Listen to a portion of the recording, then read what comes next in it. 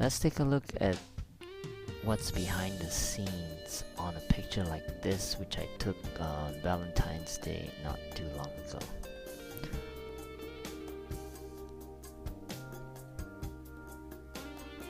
This is the proof sheet, the contact sheet, just the thumbnails of all the images that was from that shoot. If we look at this, we'll see we have the elements of what was there, roses, and then the trellis. I arrived a little earlier just to take a look at what I had to work with, and so I'm going to step through this. Here is the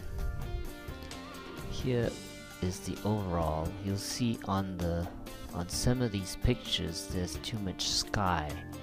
Why do I say that that's an issue? Well, if you look at any picture where there's too much sky, there's a lot of white there, and I believe I've said this before, your eye always goes to the lightest part of the picture. In this case, it's the sky, and it's pretty big portion of the picture of the image, so it's gonna compete for attention against these subjects.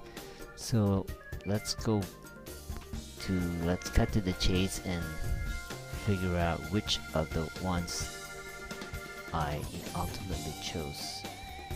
It finally came down to a choice between number 203 and 204, these two.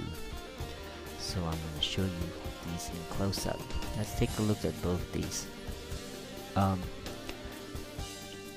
204 would have been okay, I think, if we could see their faces here, and that was the problem. We couldn't see their faces very well, and just by sheer luck, I suppose, 203 was perfect because now you can see her face looking up at her mom, and then her face, the person officiating, her face didn't change, so that was okay.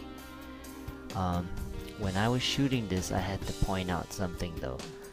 This guy in the back was not adding to the picture, and I saw that his face was, if he wasn't looking in, his face was gonna potentially be a problem, because anything that's not adding to the scene here is taking away from the what's happening. So I stood up a little higher, and so that I could use the trellis here to cover his face and sort of take him out of the picture. I couldn't tell him to move, especially not during this ceremony itself. Well, I hope this was helpful. Go to the link in the post and look at the pictures from that link. Also, if you have any feedback, please leave them in the comments.